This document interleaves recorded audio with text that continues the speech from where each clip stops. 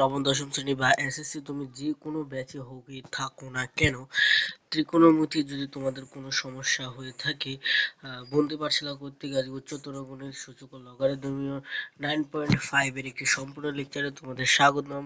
আমি আছি তোমাদের সামনে আচার্য। তো চলো, এভাবে আমরা সকল বইয়ের সমাধান করে দিতে চাই। তোমরা যদি চাও তাহলে বলতে পারো। তো চলো, কিছু গুরুত্বপূর্ণ তথ্য আগে আমরা একটু জেনে নিই। হয়তো তোমরা এইগুলো জানো, তো বাস্তব সংখ্যা কাকে বলে, প্রকাশ, এগুলো তোমরা দেখে নিবা।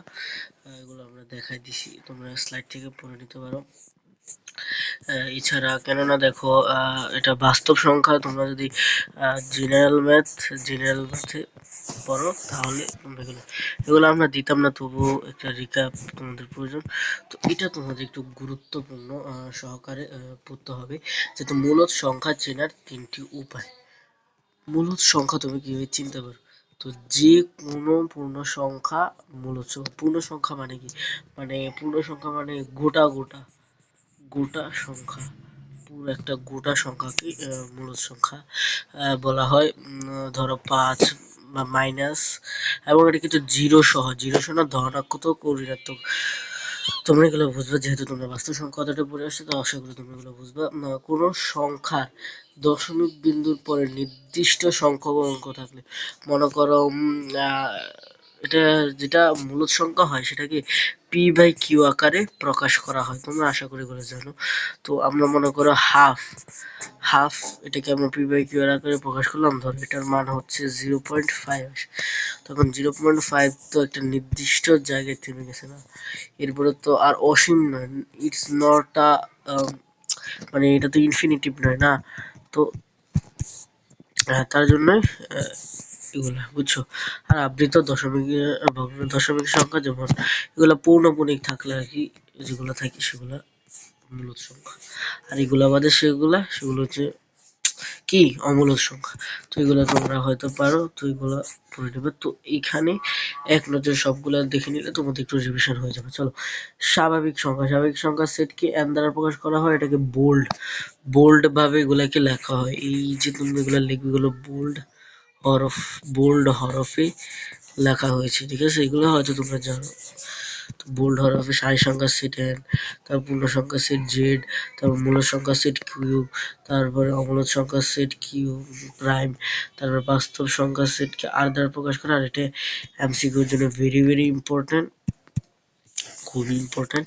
তো বাস্তব সংখ্যা প্রকাশকে আর ইজ কে মূলদ সংখ্যা। ক্লিয়ার করে এখানে একটু জুম ইন করে দেখায়।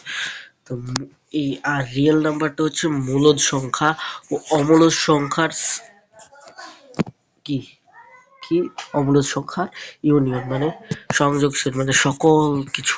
তোমরা সেটা দেখবে, তাহলে এমসিকিউর জন্য গুরুত্বপূর্ণ, ঠিক আছে? এবার মূলদ ও অমূলদ সূচক নিয়ে আমরা একটু কিছু পড়াশোনা করে আসি। চলো, মূলদ ও অমূলদ সূচক। তার আগে আমাকে শিখতে হবে সূচক কি। সূচকের অনেক গুলো নাম রয়েছে। তোমরা অনেক নামে সূচককে মানে ডাকতে পারো সূচক। তো আমরা যদি তোমাদের সহজ ভাষায় বলতে চাই, সহজ ভাষায় বলতে গেলে সূচক বলে দেয় কোন একটি সংখ্যা নিজে কতবার গুণ হবে, মানে কোনো একটা সংখ্যা নিজের মধ্যে কতবার গুণ হবে সেটাই সূচক বলে দেয়। মনে করে এই 2 গুণ 2 গুণ 2 হইতেছে, 2 গুণ 2 কয়বার হচ্ছে? এখানে 3, তাহলে এখানে ছোট্ট করে এখানে 3 লিখে দেওয়া হয়। তো এগুলো উদাহরণ আমরা দিয়ে দিয়েছি। তো এগুলো কি ই বাই এক্স, বা অনেকে এটাকে পড়ে ই বাই এন, একটা বললে হয় ই বাই এক্স, বা ই বাই এন আকারে প্রকাশ করা হয়। এখানে যে এক্সটা রয়েছে সেটা হচ্ছে সূচক। সূচক অনেক নাম রয়েছে। এই সূচক এক্সপোনেন্ট, তারপরে ঘাত, পাওয়ার, আর এ দ্বারা প্রকাশ করা হয় ভিত্তি, বেস বা মূল, ঠিক আছে? এগুলো হয়তো তোমরা জানো। এবং শর্তটা একটু দেখে নিও। কোনো সূচক হতে গেলে এ কখনোই 0 হবে না। এর উপরে 0 এর উপরে 0 হলে এটা ক্যালকুলেটর দিয়ে দেখবে ম্যাথ ইরর হয়ে আসবে, বা গণনা করা সম্ভব নয়। মানে 0 কে 0 বার গুণ, এটা কি কখনো সম্ভব? তারপরে is not is equal to 1, মানে কখনো 1 হতে পারবে না, কারণ ওয়ান যদি হয়, ওয়ানের সাথে তুমি যদি 1,000 কোটি গুণ করে তাহলে সেটা ওয়ান হবে। তো ওয়ান এটা হয় না, হয়তো এগুলো বুঝছো তোমরা, ঠিক আছে। স্লাইডটা দরকার হলে তোমরা আমাদের বলতে। এখানে আরেকটু বোঝানোর জন্য আমরা এনেছি। তো দেখো, এটা এই দুইটা শর্ত, এটা তোমরা বুঝবে। এই দুইটা শর্ত না মানলে পরীক্ষায় এইগুলো নিয়ে এমসিকিউ কিন্তু হয়। তো এই দুইটা শর্ত না থাকলে এই শর্তটাও দিয়ে দিতে পারে, 0 থেকে বড় এই এবং একের এবং 1 থেকে ছোট, ঠিক আছে, ঠিক আছে। মানে 0 থেকে বড় হচ্ছে এই, এদিকে মানে 0 থেকে এই বড় এবং এটা 1 থেকে ছোট, বুঝছো। এখানে একটু টাইপিং মিস্টেক হয়েছে, এটা মনে হয় মেবি এরকম হবে, এটা টাইপিং মিস্টেক হয়ে গেছে, সরি। তো এখানে আমরা একটু বোল্ড করে তোমাদেরকে একটু সঠিক লেখাটা লিখে দিই, তাহলে স্যার হিসেবে আমার মজা রইবে, ঠিক আছে। এইভাবে থাকবে, মানে এক থেকে এ থেকে বড় আর 1 থেকে ছোট, আর এ দেখছো এখানে গিয়ে ঠিক লিখছে, এ 1 থেকে বড়, ঠিক আছে, ঠিক আছে। চলো, তো সূচক 2 বার, সূচক হচ্ছে অমূলদ সূচক আর মূলদ সূচক, ঠিক আছে। তো মূলদ সূচক কি? ভিত্তি বাস্তব সংখ্যা, কিন্তু সূচক যদি একটি ধনাত্মক পূর্ণ সংখ্যা হয়, মানে ভিত্তি কিন্তু বাস্তব সংখ্যা হবে, ওয়ান ব্যতীত ভিত্তি কিন্তু বাস্তব সংখ্যাই হবে, মানে রিয়েল নাম্বার হবে আর কি, রিয়েল নাম্বার হবে, কিন্তু সেটা ধনাত্মক পূর্ণ, রেজাল্ট যেটা হবে, রেজাল্ট আউটপুটটা হবে ধনাত্মক। তো তোমরা যে মূলদ সূচক বা অমূলদ সূচক পড়বা, এগুলো নির্ভর করে তোমাদের, হ্যাঁ আমি একটু সুন্দর করে লিখে দিই, এগুলো নির্ভর করে, নির্ভর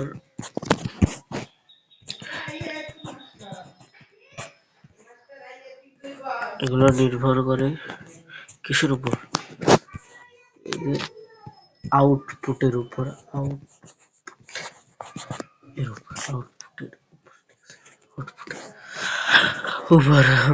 তো দেখো এখানে একটা উদাহরণ ধরো, 2 to the power 3, এখানে একটা সত্যটা দেওয়া আছে, এ থেকে কোনো এটাও একই সত্য আর কি, মানে যেখানে সত্যটা লেখা আছে, মেবি না লেখা নেই, তো একই সত্য, এটা ই এ থেকে বড় আর এ কখনো 0 1 হতে পারে, এটা 2 to the power 3 মানে 8 কে কি 1 p/q আকারে প্রকাশ করা যায়, মানে এখানে এটা যাই হোক, এই যে 3টা, সেটা কি আমার যে বাস্তব সংখ্যা কিন্তু হতে হবে, 3টা বাস্তব সংখ্যা হতে হবে, এটা রাইট, বাট আউটপুটের উপর নির্ভর করে, আউটপুট যদি সামথিং সামথিং এরকম কিছু আসতো, তাহলে কিন্তু সেটা অমূলদ সংখ্যা হয়ে যায়। তোমরা দেখবে এইটা কিন্তু বিবেক করে প্রকাশ করা যায়, তাই এটা মূলদ সূচক। অন্যদিকে দেখো, ভিত্তি যদি বাস্তব সংখ্যা ঘাতকরণের প্রাপ্ত ফলের মান যদি অমূলদ সংখ্যা প্রাপ্ত হয়, রেজাল্টের উপরে নির্ভর করছে। 2/2, হাফ কি একটা মূলদ সংখ্যা, মূলদ সংখ্যা পার থাকা সত্ত্বেও এটা কিন্তু আমার মূলদ সংখ্যা হবে না, এটা অমূলদ সংখ্যা হয়ে গেছে, কারণ এটা অবশ্যই এটাকে p/q আকারে প্রকাশ করা যাচ্ছে না। আবার 2/√5 দিল, এরকম হয়। একটু গুরুত্বপূর্ণ নোট লেখা আছে, সূচকটি মূলদ বা অমূলদ যাই হোক না কেন, ঘাতফল অমূলদ হলে মানে রেজাল্ট, ঘাতফল মানে হচ্ছে এখানে রেজাল্ট, রেজাল্টের সূচককে অমূলদ সূচক গণ্য করা হয়। তো আজকে আমরা এতটুকু পড়ে নিলাম, পরবর্তী স্লাইডে আমি এই সূত্রগুলো তুমি একটু ভালো করে মুখস্থ করে নিবা, আজকের লেকচার এতটুকুই হবে। তো এই সূত্রগুলো তোমরা ভালো করে মুখস্থ করে নেবে, পরবর্তী ক্লাসে আমরা এই সূত্রগুলো কীভাবে এসেছে এগুলো দেখবো, পুরো স্লাইড আছে। আজকে এতটুকুই, পরবর্তী ক্লাস দেখার আমন্ত্রণ জানিয়ে বিদায় নিচ্ছি, সবাই ভালো থাকবেন।